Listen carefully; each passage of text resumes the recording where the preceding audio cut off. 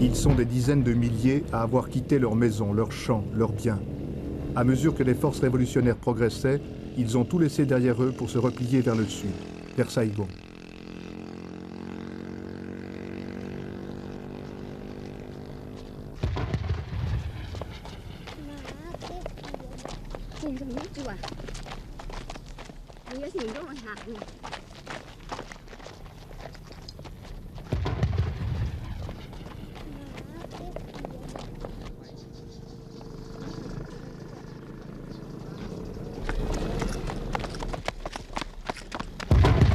La route numéro 1, celle qui mène à Saigon, la route de l'Exode.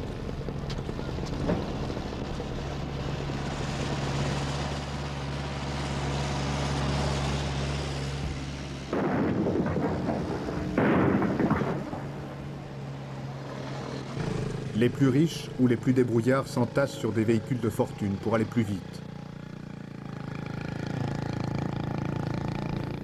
Les autres n'ont que leurs jambes pour fuir les combats. Le front est à quelques kilomètres. Les obus tombent juste derrière eux.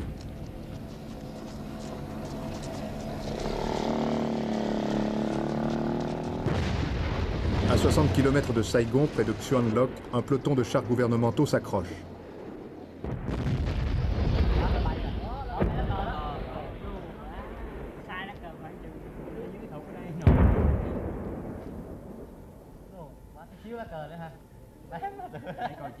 Il faut l'avoir, ce drapeau Viet. On l'a raté encore. Le village est vide. Tout le monde s'est enfui. Par peur du communisme? Peut-être. Mais d'abord, pour sauver sa peau.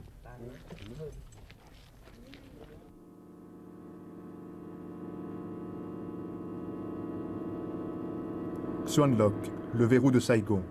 Le président Thieu avait dit, si Xuan Loc tient, Saigon tiendra aussi. Cette capitale provinciale était devenue le symbole de la résistance à l'avance communiste. Pendant des jours, la ville a été prise et reprise. Quand ces images ont été tournées, il y a 8 jours, il ne restait plus que des ruines. Lundi, après des combats acharnés, Xuan Loc est tombé. La route de Saigon est désormais ouverte aux forces révolutionnaires. Pour des milliers de réfugiés qui ont traversé Xuan Loc, ce spectacle est aussi devenu un symbole. Le symbole de ce qui les attend, s'ils restent pris au piège entre les troupes gouvernementales et les forces révolutionnaires.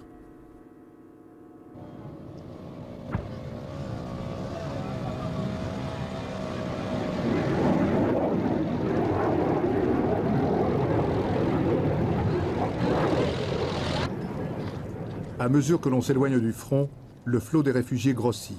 Personne ne sait exactement combien ils sont, sûrement plus d'un demi-million. C'est la peur qui les pousse dans le dos. La peur de la guerre, de la mort qui tombe du ciel. La peur aussi des communistes. Personne ici n'a oublié qu'en 1968, pendant l'offensive du Tet, quand le Viet Cong s'est emparé de Hue, des centaines de civils ont été liquidés. Jour après jour, la propagande gouvernementale poursuit son action psychologique, accusant les forces révolutionnaires de représailles et des pires atrocités dans les provinces qu'elles contrôlent. Se frayant un passage dans le flot des réfugiés, les derniers renforts gouvernementaux foncent vers le front.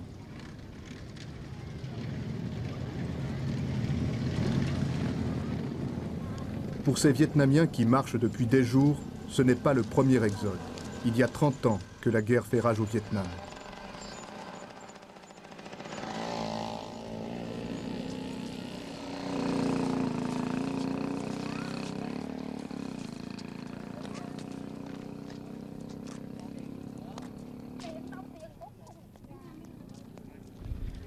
À l'entrée d'un village, un premier contrôle.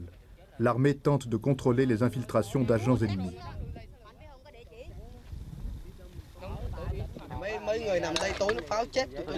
Il y a encore beaucoup de monde là-bas. Oh oui, beaucoup. Des milliers de gens. Ils sont bloqués et ils n'osent pas s'aventurer à travers champs. Les tanks sont coincés aussi.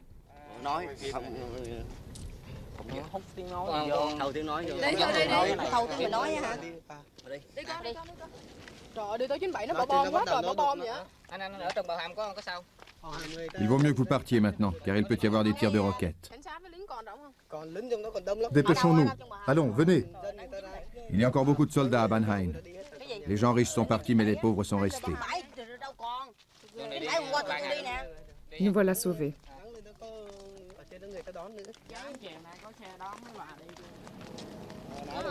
Có chứ, trên cái xe đón mà.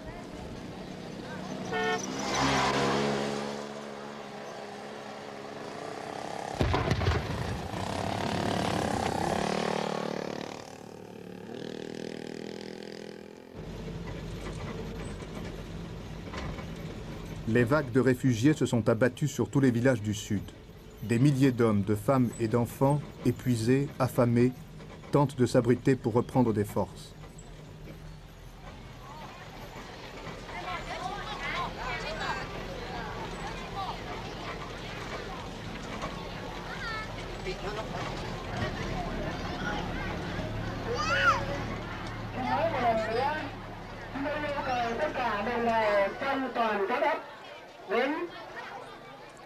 Nous demandons à toute la population de rester provisoirement ici. C'est dans l'intérêt de tous.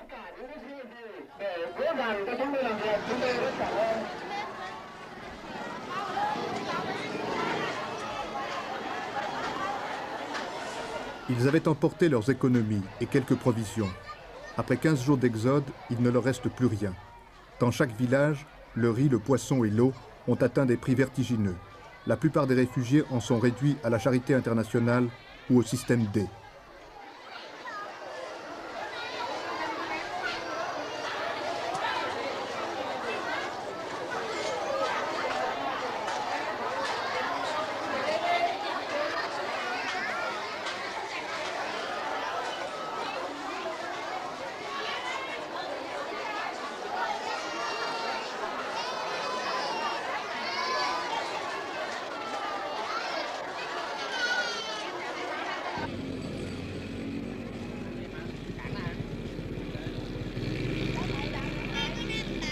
Et la fuite vers le sud continue.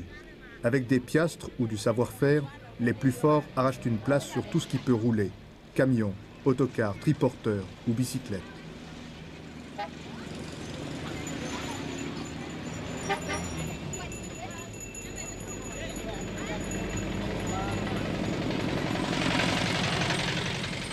Dans cette détresse pitoyable, pas un cri de désespoir, pas un geste de mauvaise humeur. Ils fuient, résignés.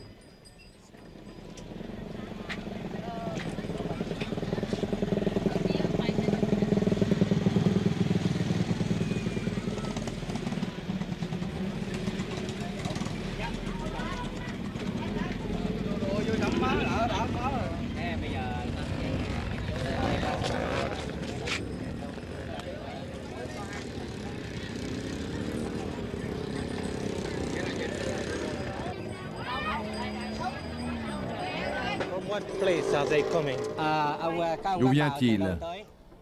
De Djekine. Pourquoi fuit-il? Parce qu'il y a des Viet Cong.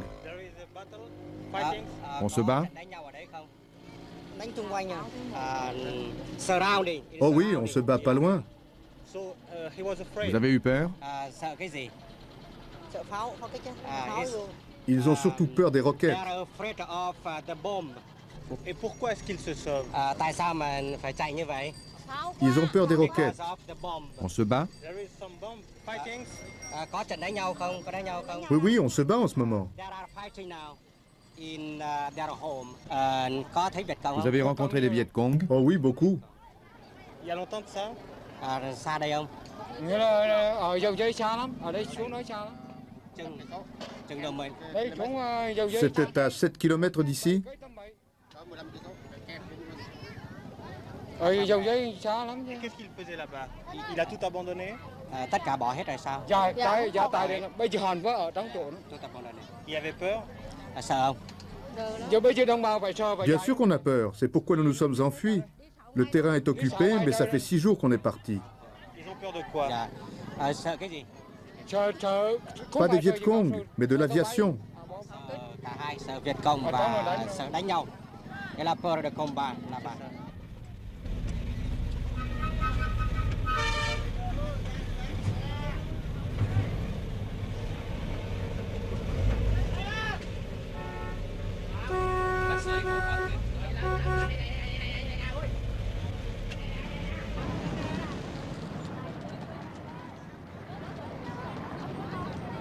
À 30 km de Saigon, sur la route numéro 1, l'armée gouvernementale a établi des barrages pour éviter que le flot des réfugiés ne déferle sur la capitale. Les autorités veulent éviter à tout prix d'aggraver encore le climat de panique qui règne déjà à Saigon. Mais surtout, elles cherchent à empêcher l'infiltration d'agents ennemis. Plusieurs dizaines de milliers de révolutionnaires auraient déjà réussi à pénétrer clandestinement dans la capitale. L'attente peut durer des heures, sous un soleil de plomb.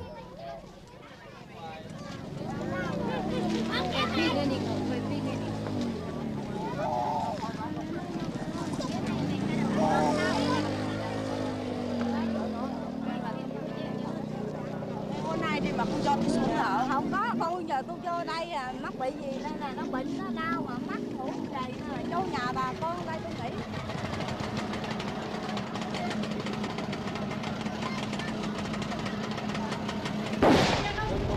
Pour se dégager, les soldats tirent en l'air et lancent des ordres aux réfugiés.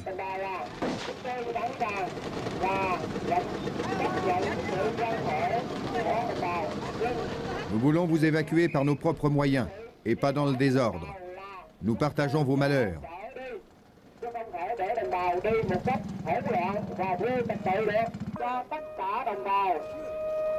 Mais nous vous demandons de vous installer provisoirement dans l'endroit qui vous est indiqué.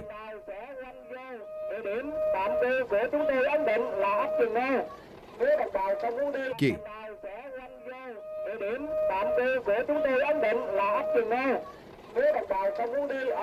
Restez ici. Vous recevrez des vivres. Vous pouvez vous installer sur la place.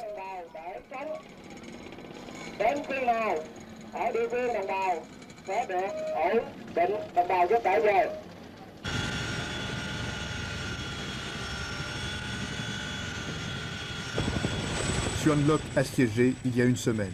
Un pont aérien permettait encore de ravitailler la garnison et les habitants réfugiés dans la forêt.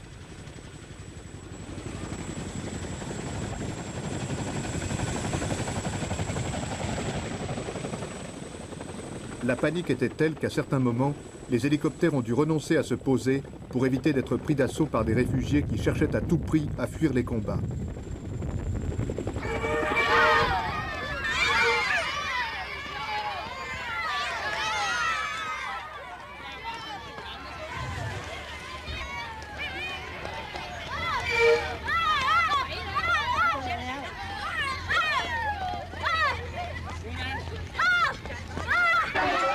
Ce jour-là, l'arrivée d'une cargaison de vivres va provoquer une véritable émeute que les soldats seront impuissants à contenir.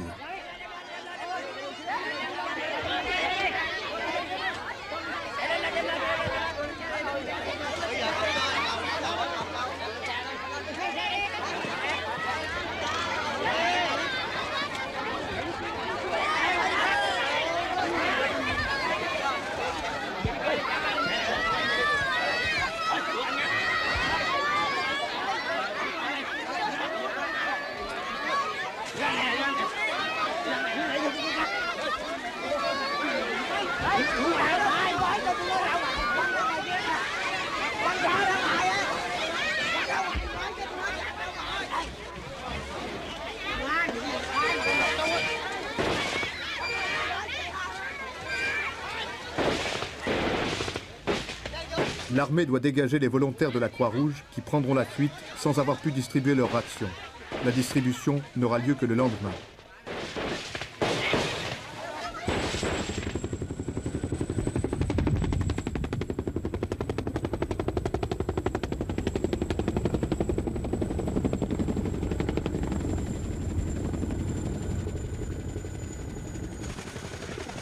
Chaque recrudescence des combats amène son nouveau contingent de réfugiés. Ces familles ont pu quitter Xuan Loc au plus fort de la bataille. Elles se sont entassées à plus d'une centaine dans un hélicoptère prévu pour 50 passagers.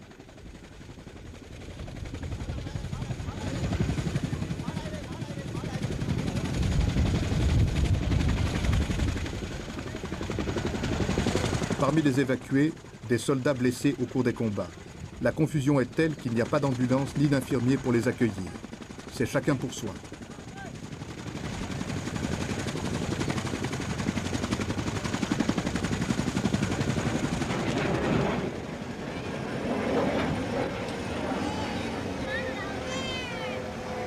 Pendant des jours, tous les hélicoptères qui se posaient à Xuan Loc ont été pris d'assaut.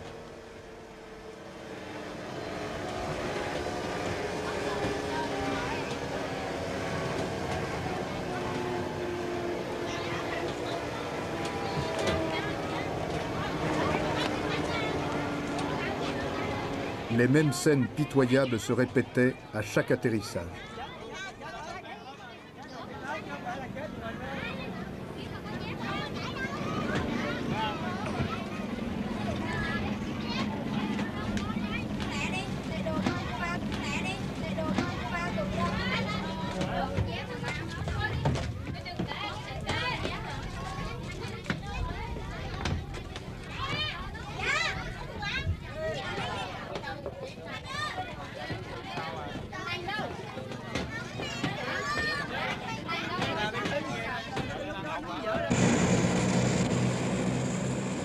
L'aide internationale s'est organisée. Un véritable pont aérien a été établi entre Bangkok et Saigon par le Haut Commissariat aux réfugiés, l'UNICEF et la Croix-Rouge internationale.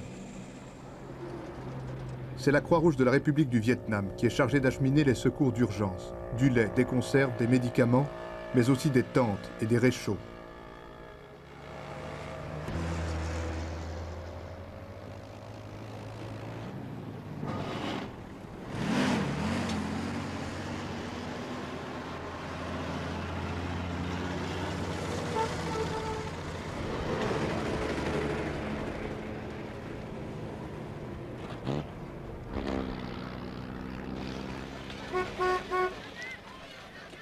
La Croix-Rouge internationale a mis sur pied un plan d'action de 3 mois qui engagera plus de 30 millions de francs pour venir en aide aux personnes déplacées au Vietnam. De leur côté, le Haut Commissariat aux réfugiés et l'UNICEF ont également lancé une vaste action de secours qui s'étend sur plusieurs semaines et dont le montant atteindra environ 140 millions de francs. Il s'agit d'assurer un abri et des conditions de vie décentes à des centaines de milliers de Vietnamiens qui sont aujourd'hui démunis de tout. Il s'agit aussi d'assurer leur subsistance. Grâce à la rapidité avec laquelle a été menée l'action de secours, grâce aussi à l'efficacité de la Croix-Rouge, on a pu éviter la multiplication des cas de malnutrition ou la propagation des épidémies. Mais les besoins restent énormes.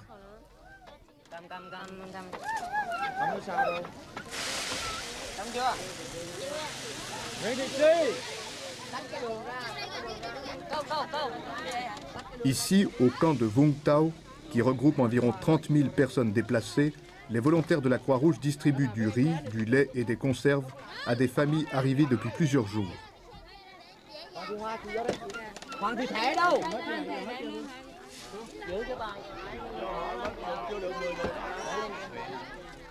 L'exode a disloqué les familles. Tout s'est passé si vite.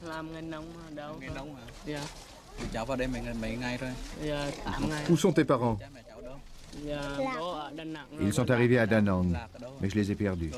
Perdus avant d'embarquer ou sur le bateau? Dans le bateau. Comment? On est venus, les uns dans un chaland, les autres par un bateau. C'est pourquoi on ne s'est pas retrouvés. Je ne sais pas où est allé le chaland.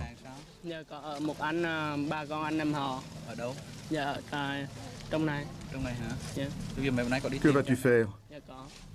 J'ai un cousin ici. Où est ce cousin? Ici, à côté de moi. Et tes parents, tu les cherches? Bien sûr. Que vas-tu faire? Je vais rester ici avec mon cousin.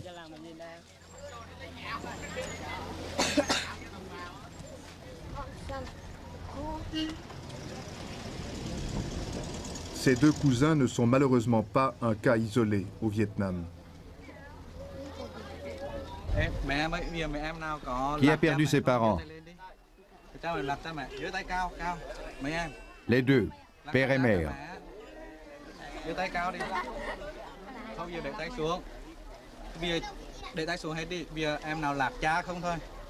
Le père seulement. La mère seulement. Frères et sœurs.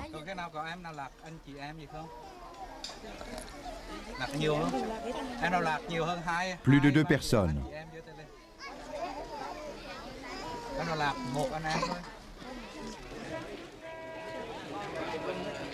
À la porte du camp, la liste des disparus.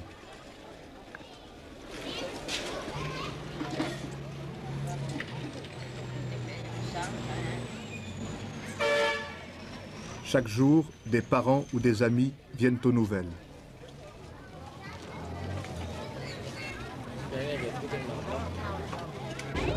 Vung Tau.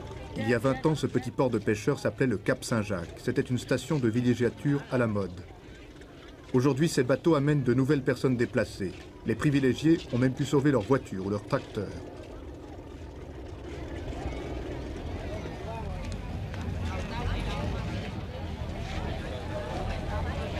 Après le chaos et la panique des premières semaines de l'Exode, l'accueil s'est organisé.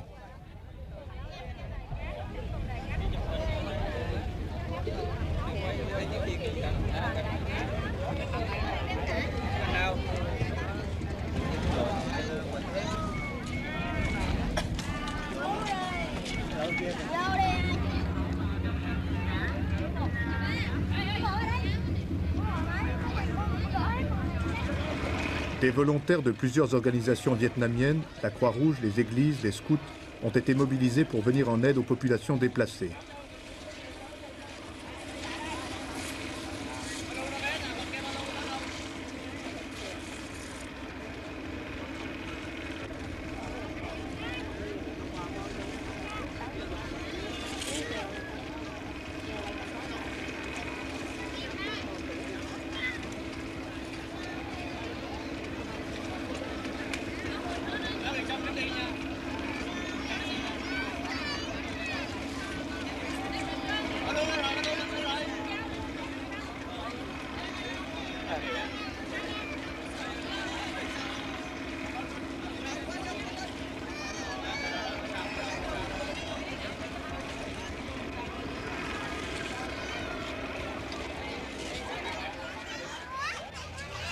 Ces familles s'installent sur la rive en attendant d'être admises dans l'un des camps de Vung Tau.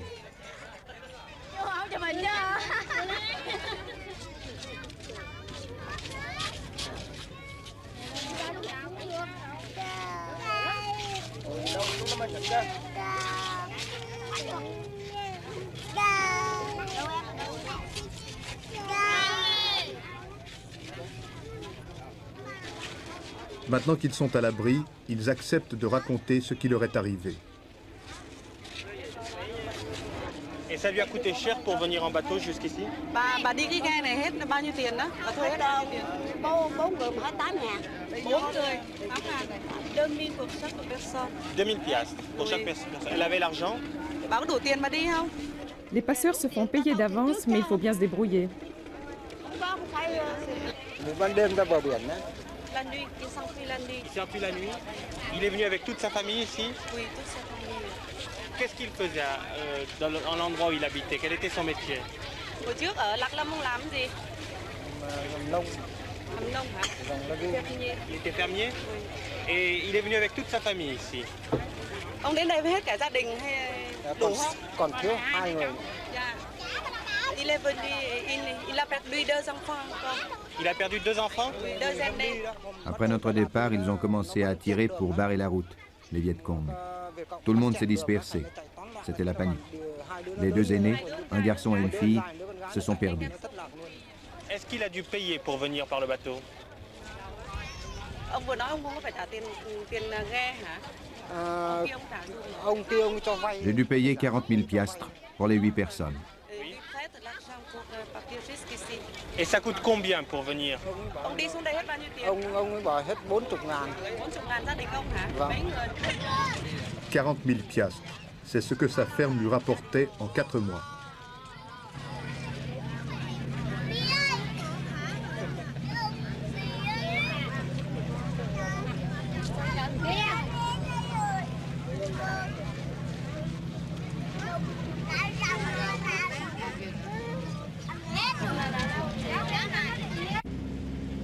L'île de Phu Quoc, à 300 km au sud-ouest de Saigon.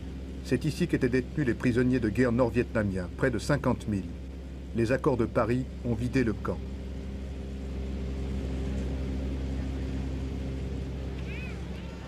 Par une ironie du sort, ces baraques sinistres, entourées de barbelés et de miradors, accueillent aujourd'hui plus de 60 000 sans-abri venus de Hue et de Da Nang.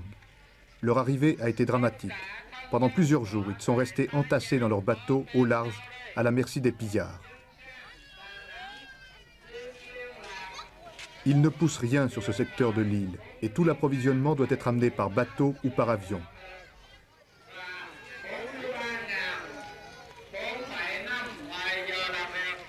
Autre problème crucial, le manque d'eau. Il n'y a que 2 pompes à Phu Quoc et les camions-citernes manquent pour transporter l'eau.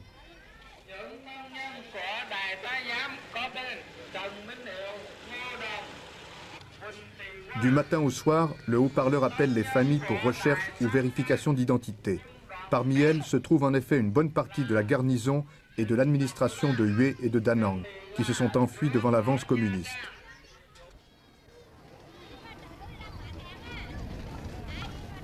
Parmi les réfugiés, je crois qu'il faut compter dans les 50%. On n'a pas encore les figures exactes, mais dans les 50% qui sont fonctionnaires ou bien militaires. Ceux-là, on va les renvoyer dans le service du gouvernement central à Saigon, qui vont les redistribuer dans les différentes provinces après. Oui. C'est ça. Vous avez dû prendre des sanctions ici pour maintenir l'ordre. Oui, ça regarde plutôt le commandement militaire. Oui. Et les premiers jours, on a dû faire attendre les réfugiés sur les bateaux un peu. D'abord, pour remettre de l'ordre dans le bateau d'abord. Il y a des soldats, ou bien des révoltés, ou bien même des civils qui ont profité de la situation, de désordre sur le bateau pour voler, piller, et même il y avait des meurtres. Alors le commandement militaire a dû, dans les premiers jours, revérifier tous ces gens-là. Il y a eu des exécutions, non? Oui, j'ai entendu dire qu'il y avait des exécutions. Quand je suis venu, quand je suis arrivé ici 3 jours après, les exécutions ont été terminées. Oui, mais seulement au début, j'ai entendu dire, et c'était confirmé par le colonel commandant du camp. Est-ce qu'on sait combien ont été exécutés? Oh, je n'ai pas le chiffre exact, mais pas que dans les quinzaines, je crois. Dans ce local surchauffé comme une étuve, a été installé un hôpital de fortune. Ici, les maladies les plus bénignes prennent des proportions catastrophiques. Quelle est la situation sur le plan médical et hygiénique? Bien sûr, l'hygiène, on manque beaucoup. Sur le plan médical, nous avons beaucoup de besoins médicaux. Et actuellement, nous avons dans le camp une épidémie de conjonctivite, une épidémie de rougeole, et avec complications bronchopneumoniques, et une épidémie de gastro-entérite. Il y a des morts? Il y a beaucoup de morts. Déjà, en allure épidémique, le premier jour, nous avions 4 morts, 4 enfants morts. Le deuxième jour, 3. Hier soir, 1.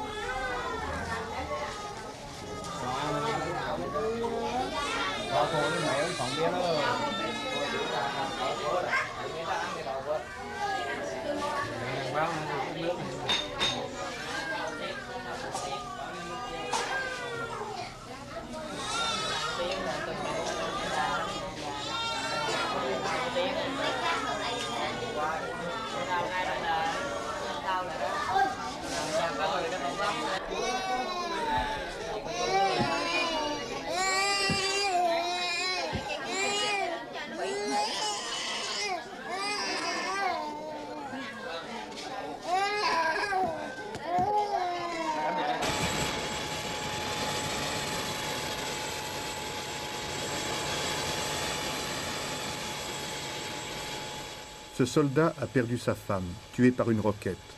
Il reste seul, avec ses 4 enfants en bas âge. Pour des millions de Vietnamiens, qui n'ont jamais connu que la guerre depuis 30 ans, est-ce aujourd'hui la dernière épreuve?